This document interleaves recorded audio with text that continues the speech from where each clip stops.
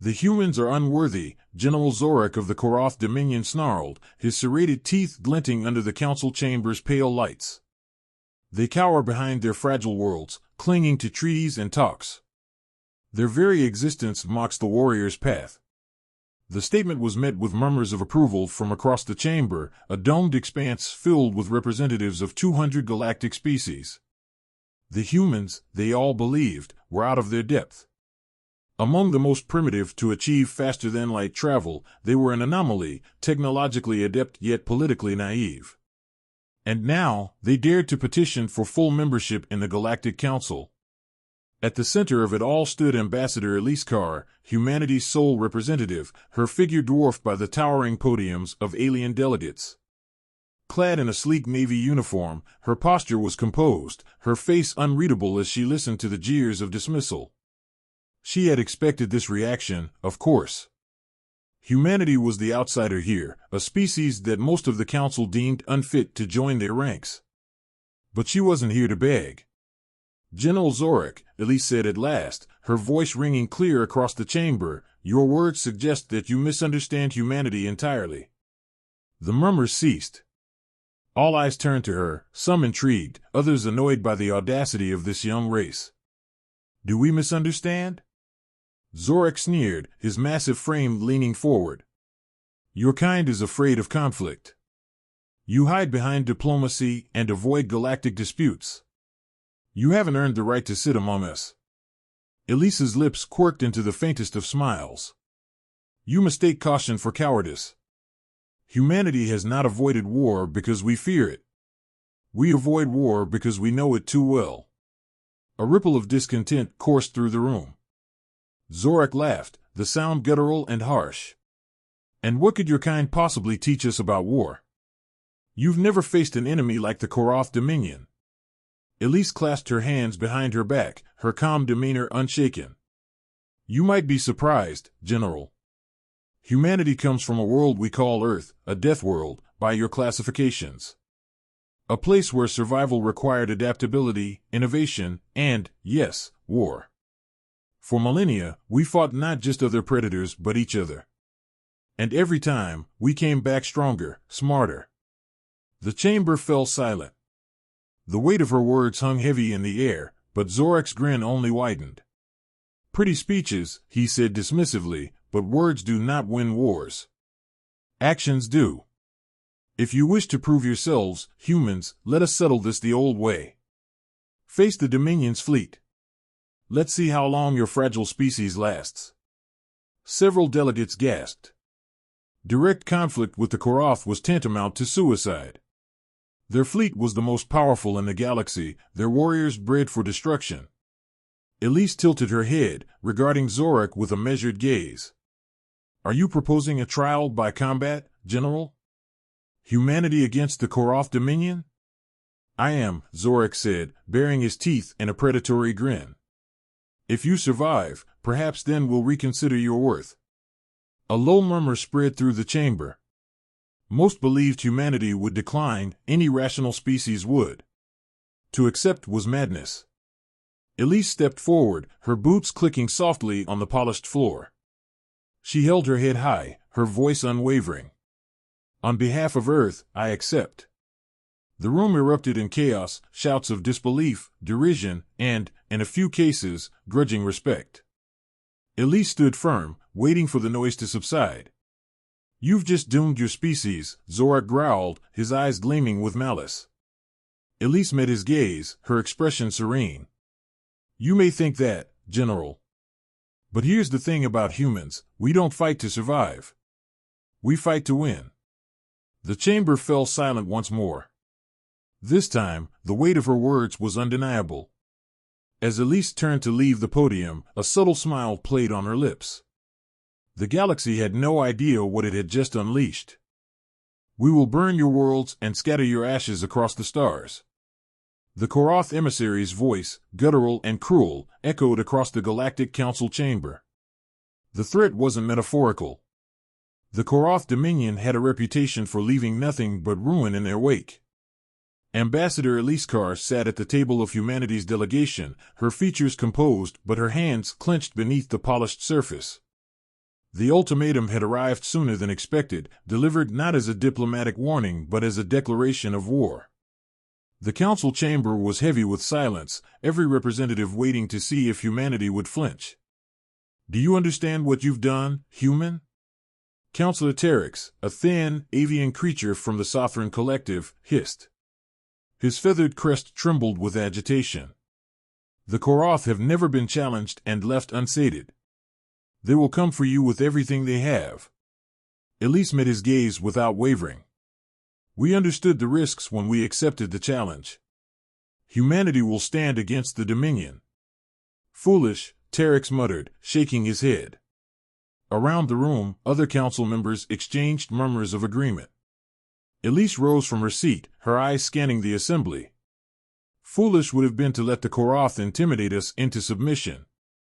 If the Galactic Council exists to promote peace and unity, then it must be willing to stand against aggression, even when it's inconvenient." Her words were met with scattered scoffs, but a few delegates regarded her with cautious respect. "They won't stop with humanity," Elise continued. "If we fall, the Koroth will grow emboldened. You all know their history. We won't be the last."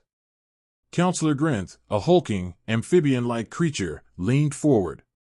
"Fine words, Ambassador, but you've committed your species to war without the Council's support. Do you truly believe Earth can stand alone?" A faint smile touched Elise's lips. "Who said we're alone?" Grinth frowned. Around the chamber, more murmurs rippled. Elise returned to her seat, tapping a discreet control on a wrist device. Moments later, a holographic projection filled the chamber, showing the expanse of the Sol system. "What you're looking at," Elise said, "is the Sentinel Network, humanity's first line of defense. A web of autonomous platforms capable of intercepting and neutralizing threats before they reach our colonies." The council members studied the projection.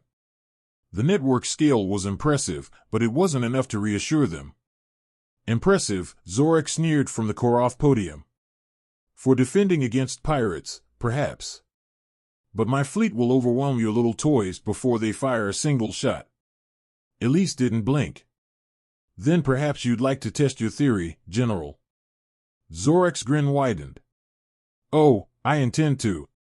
The projection shifted, now showing Earth's lunar shipyards, where massive vessels were under construction.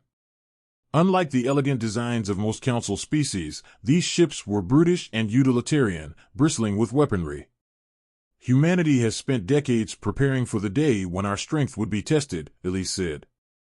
"We're not naive about the dangers of this galaxy. The Sentinel Network and our fleet are just the beginning." "Beginning?" Councillor Terex echoed, his tone incredulous. Elise leaned forward, her voice steady. "We've also spent years building alliances with species outside this council, those who've suffered under the Dominion's rule but lacked the means to resist. Together, we formed the Coalition for Sovereign Defense." This revelation sent a ripple of shock through the chamber. Zorak's grin faltered for the first time. "You expect the council to support you after going behind our backs?" Terex snapped. "I expect the council to recognize that humanity is willing to do what it takes to protect itself and others," Elise replied. "If that means forging alliances outside this chamber, so be it." Zorak stood abruptly, his towering frame radiating menace. "Enjoy your defiance while it lasts, human. My fleet is already en route to your outer colonies. By the time you hear of their destruction, it will be too late." Elise met his glare, unflinching. "And when your fleet doesn't return, General, I hope you'll reconsider underestimating us." The chamber erupted into chaos as Zorak stormed out, his retinue following close behind. Delegates shouted over each other, some accusing humanity of recklessness, others questioning their own safety. Elise turned to her aide, her voice low. "Initiate Phase 1. I want our allies mobilized and the Sentinel Network on high alert." "Yes, Ambassador," the aide replied, already tapping at their device. As the council descended into debate, Elise allowed herself a moment to exhale. The first blow had been struck, not with weapons, but with words. Now, the real battle would begin.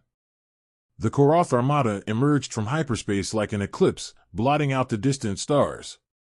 Hundreds of warships, sleek, black, and predatory, drifted into formation near humanity's outermost colony, New Bastion. Their weapons charged, ready to unleash devastation. From her command seat aboard the Aegis Prime, Captain Adira Voss watched the tactical display with steely eyes. The flagship of Earth's defense fleet was a marvel of human engineering, massive, brutal, and bristling with weaponry designed to challenge even the mightiest galactic fleets. "Status report," Adira said, her voice steady despite the tension that hung thick in the air. "Koroth fleet has assumed an attack formation," her tactical officer replied. 212 ships confirmed.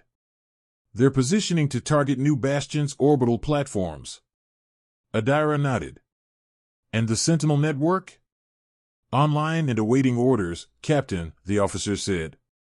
The Sentinel network was humanity's ace, a web of autonomous defense platforms equipped with advanced AI and quantum-linked targeting systems.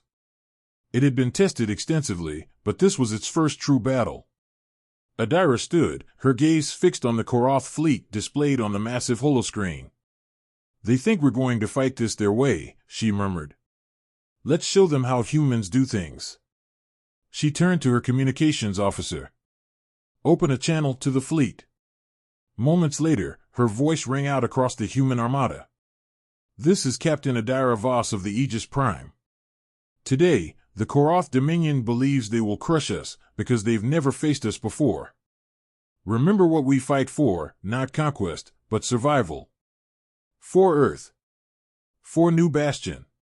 Let's show them the price of underestimating humanity. All ships, engage."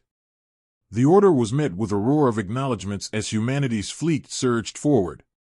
Sleek destroyers, bulky cruisers, and the colossal Aegis Prime advanced with precision. The battle began with a thunderous volley. The Koroth fleet unleashed a storm of plasma and kinetic projectiles, the void between the two forces illuminated by the deadly exchange. New Bastion's orbital platforms fired in unison, their energy cannons slicing through Koroth shields and tearing into their ships. But the Koroth were veterans of countless wars. Their formations adapted with eerie speed, their ships countering human maneuvers with ruthless efficiency. One by one, Earth's smaller vessels began to falter under the relentless assault. "Captain, we've lost the Resolute and Endeavor," the tactical officer reported, his voice grim. Adira clenched her fists but didn't falter.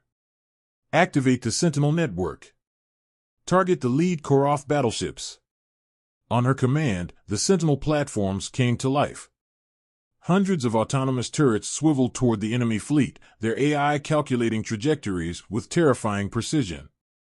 The first barrage hit like a sledgehammer, overwhelming Koroth shields and reducing their leading ships to fire and debris. The Koroth formation wavered, momentarily stunned. "Direct hit on 3 Koroth battleships," the tactical officer exclaimed. Adira allowed herself a grim smile. "Good. Now let's press the advantage. Signal the fleet to target their flanks. Force them into a retreat." The human fleet surged forward, exploiting the chaos. Destroyers weaved through the gaps in the Koroth formation, their railguns and missile barges sowing further confusion. But the Koroth weren't finished. "Captain, detecting energy spikes across the enemy fleet," the tactical officer warned. "They're charging their superweapon." Adira's eyes narrowed. The Koroth were infamous for their fleet-wide energy cannon, a devastating weapon capable of wiping out entire formations. "Brace for impact," Adira shouted. "And get me a targeting solution on that weapon. We're taking it out." As the Koroth weapon fired, a blinding wave of energy surged toward the human fleet. The Sentinel network sprang into action, deploying energy dispersal fields that absorbed much of the blast, but the shockwave still rocked the fleet. Adira gripped the armrest of her seat. "Status?" "Minimal damage to the fleet, but the Defiance and Vanguard are down," the tactical officer said. "We have a lock on their superweapon." Adira didn't hesitate. "Fire all main cannons. Take it out." The Aegis Prime unleashed its full might, a barrage of concentrated energy lances tearing through the void. The Koroth weapon detonated in a brilliant explosion, taking several of their ships with it. The remaining Koroth vessels began to retreat, their formation broken, their confidence shaken. "They're falling back," the tactical officer confirmed.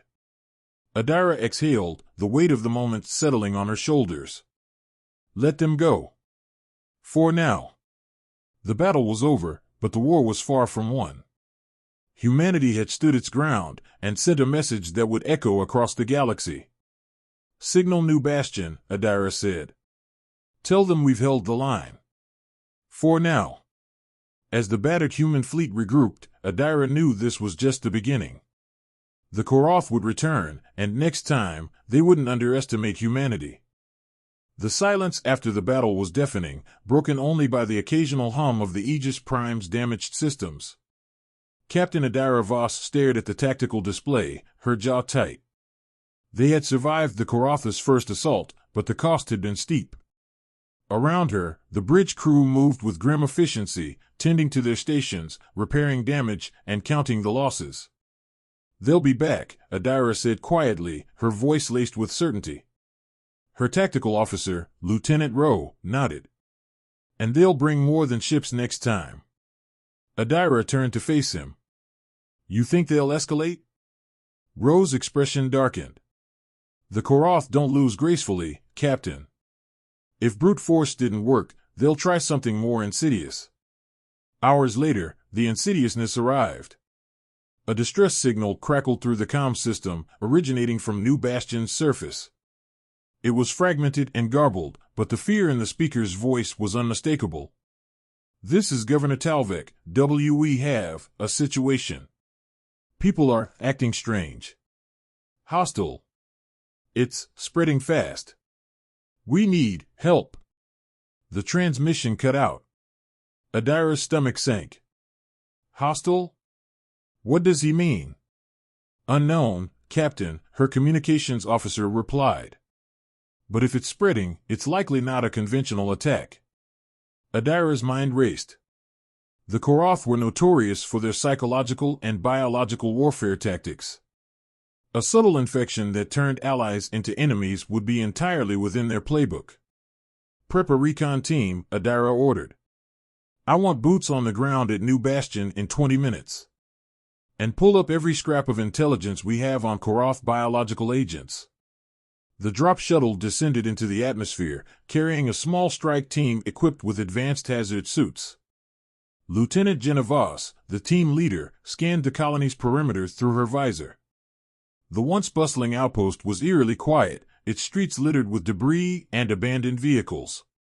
"Keep your eyes open," Jenna said, her voice steady despite the tension. As they advanced, signs of chaos became apparent. Blood smeared across walls. Scorch marks from energy weapons. The silence felt oppressive, broken only by the distant sound of footsteps. "Contact," one of the soldiers hissed. A figure stumbled into view, a colonist, disheveled and wild-eyed. For a moment, they froze, staring at the strike team. Then, with an unnatural shriek, the colonist lunged. "Hold fire," Jenna ordered. The team dodged the attacker, using stun rounds to subdue them. Jenna knelt beside the unconscious colonist, scanning their vitals. The readings were erratic, their brain activity spiking in patterns that shouldn't be possible. "What the hell is this?" one of her team members muttered. Jenna's comm crackled. "Lieutenant Voss, this is Aegis Prime. We've analyzed the colony's biosignatures. It's a neural hijacking agent, a Koroth bioweapon designed to disrupt cognitive control." "Mind control," Jenna said grimly. "Correct," the voice on the other end confirmed. "The agent spreads via airborne nanites. Anyone exposed is vulnerable." Jenna clenched her fists. "How do we stop it?" "There's a failsafe," the voice said. "Koroth bioweapons are programmed with a central control node. Destroy it, and the nanites become inert." "Where's the node?" Jenna asked. There was a pause. "Based on the signal's source, it's likely embedded in the colony's main reactor. You'll have to neutralize it without destabilizing the core. Jenna swore under her breath. A firefight near a reactor was a recipe for disaster. The strike team advanced toward the reactor, encountering more colonists turned hostile. Each engagement was a test of restraint, as killing the afflicted was a last resort. The air grew heavy with tension as they entered the reactor's control room. In the center stood the node, a pulsating, crystalline structure emitting faint, hypnotic lights. Surrounding it were dozens of colonists, their movements jerky and unnatural, as if puppets on strings. "Stun rounds only," Jenna ordered, her voice firm. The battle that followed was chaotic, with the team dodging attacks while disabling the colonists. Jenna fought her way to the node, planting a small explosive charge at its base. "Charge set," she shouted. "Clear out." The team retreated, dragging unconscious colonists to safety. Moments later, the charge detonated, shattering the node in a brilliant flash. The colonists collapsed, their bodies limp as the nanites deactivated. Back aboard the Aegis Prime, Adira received the report. "Casualties?" she asked. "Minimal," Jenna replied over the comm. "We saved as many as we could. But if the Koroth have more of these, it won't be the last time we see this weapon." Adira nodded grimly. "They're testing us. Next time, they won't hold back." She turned to her crew. "We need to prepare for the worst. The Koroth think they're the masters of war, but they've never faced a species that's mastered survival. You humans have pushed the galaxy into chaos," Counselor Terex hissed, his sharp beak snapping in agitation. "The Koroth were a storm, but you've made them a hurricane. And now you ask for our help?" Ambassador Eliskar kept her composure, though her fingers tightened imperceptibly on the edge of the council podium. The Galactic Council chamber was filled with whispers and accusations, most aimed squarely at humanity. "We didn't start this war," Elise said, her voice cutting through the noise. "The Koroth threatened us. They threatened all of you. Humanity has merely refused to bow. You refused, and now the rest of us must pay the price," Terex snapped. "Several council colonies have already reported Koroth raids since your so-called victory at New Bastion." Elise's expression didn't waver. "And you think submission will save you? That's what the Koroth want, for all of us to surrender, one by one. They've been doing it for centuries. Humanity is the first to fight back. You should be standing with us." Behind the scenes, Elise knew the Council's unity was fracturing. She had intercepted whispers of secret meetings, quiet conversations held behind locked doors. The Koroth's intimidation tactics were working. Some species were beginning to question whether humanity was worth the cost of resistance. She couldn't afford to let that doubt spread. Later, in a private conference room aboard the Aegis Prime, Elise convened a secure meeting with her intelligence chief, Commander Hale. "You were right," Hale said, sliding a data pad across the table. "Some of the council factions have been making backdoor deals with the Koroth. Promises to withhold aid to us in exchange for being spared." Elise studied the data, her jaw tightening. "Who?" "The Verdant Alliance and the Dracoth Consortium are the biggest players," Hale said. "They're pressuring smaller factions to follow suit. If this continues, we'll lose the council entirely." Elise leaned back in her chair, her mind racing. The Verdant and Dracoth were two of the most influential factions in the council. Their betrayal wasn't just a diplomatic blow, it was a strategic disaster. "Do we have proof of their communications with the Koroth?" Elise asked. Hale nodded. "Intercepted transmissions. They're encrypted, but we've cracked enough to confirm their intent. They're stalling council votes on military aid while negotiating safe passage for their fleets." "Typical," Elise muttered. "They think they can buy peace with cowardice. But they're wrong." The next day, Elise took the podium at a full council assembly. The tension in the chamber was palpable, every delegate watching her with suspicion. "Members of the council," Elise began, her tone firm, "I stand before you not as an accuser, but as a reminder. The Koroth do not honor treaties. They do not spare those who surrender. They conquer, they destroy, and they move on. Any agreement made with them is a lie. A murmur spread through the chamber, but Elise pressed on. Humanity has intercepted communications between the Koroth and certain factions within this council. I won't name them, yet. But I will remind you of this: every world that has made deals with the Koroth has been destroyed. Do not think for a moment that you will be the exception. Bluster, Terex interrupted, though his feathers bristled nervously. You bring accusations with no evidence. Typical human theatrics. Elise met his gaze, her expression cold. If I present the evidence, it will be damning. The question is whether you want to risk it, or whether those involved would rather come forward now. The chamber erupted into chaos, delegates shouting over one another. Elise let the noise rise, knowing that doubt was a powerful weapon. After the assembly, Hale approached Elise in the corridor. Do you think it worked? He asked. Elise exhaled, the weight of her gamble pressing down on her. They're scared. That's enough for now. But we need to prepare for the worst.